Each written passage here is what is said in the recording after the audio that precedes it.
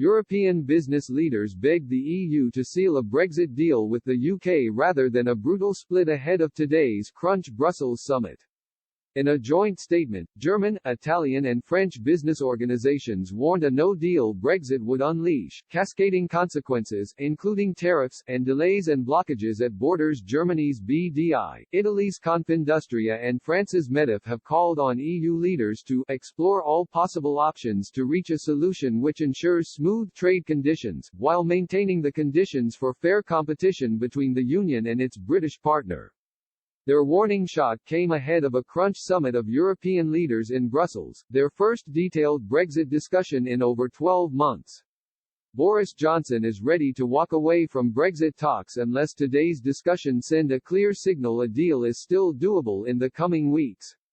The Prime Minister wants a strong and credible sign a breakthrough can be made after the bloc sets out its positions.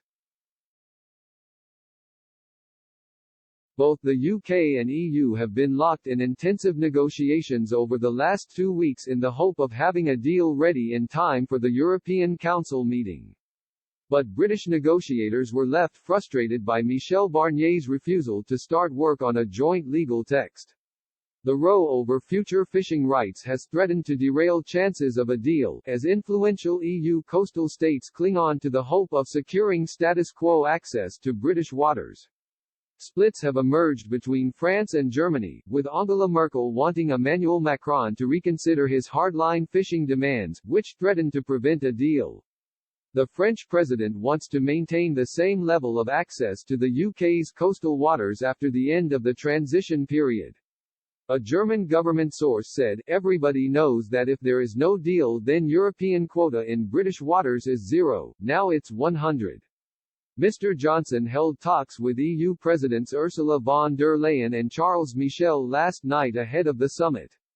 A Downing Street spokesman said, "The leaders discussed the latest state of play of the negotiations on our future relationship with the EU, ahead of the October European Council." The Prime Minister noted the desirability of a deal, but expressed his disappointment that more progress had not been made over the past 2 weeks. The Prime Minister said that he looked forward to hearing the outcome of the European Council and would reflect before setting out the UK's next steps.